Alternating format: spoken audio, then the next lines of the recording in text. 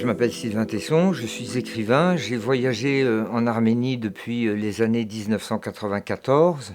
J'ai eu l'occasion en 2020, à la fin de la guerre des 44 jours, de voyager dans le pays avec mon ami Jean-Christophe Buisson du Figaro Magazine. Et je suis retourné cette année, au début de l'automne 2022, à la frontière de l'Arménie et de l'Azerbaïdjan, dans les territoires qui avaient été attaqués.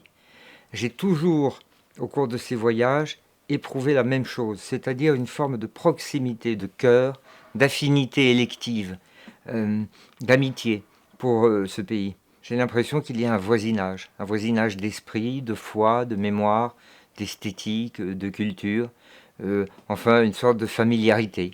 Le Fonds arménien collecte et redistribue des financements pour soutenir des projets qui ont des visages multiples. Ce sont des projets parfois agricoles, villageois, ruraux, des projets d'aménagement, des projets culturels, des projets industriels. Mais quels que soient les visages de ces projets, le principe est toujours le même.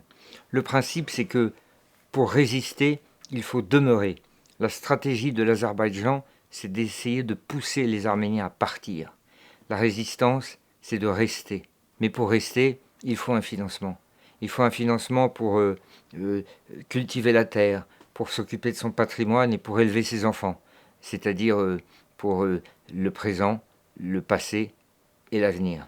Alors, moi je vous lance un appel.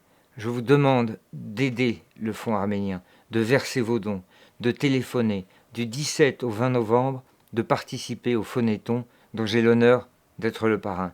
Et vos dons pourront aider, même à 5000 km de distance, même si vous restez en France et que vous n'êtes pas physiquement présent en Arménie, vos dons contribueront à ce combat, aideront les Arméniens à rester sur leur terre.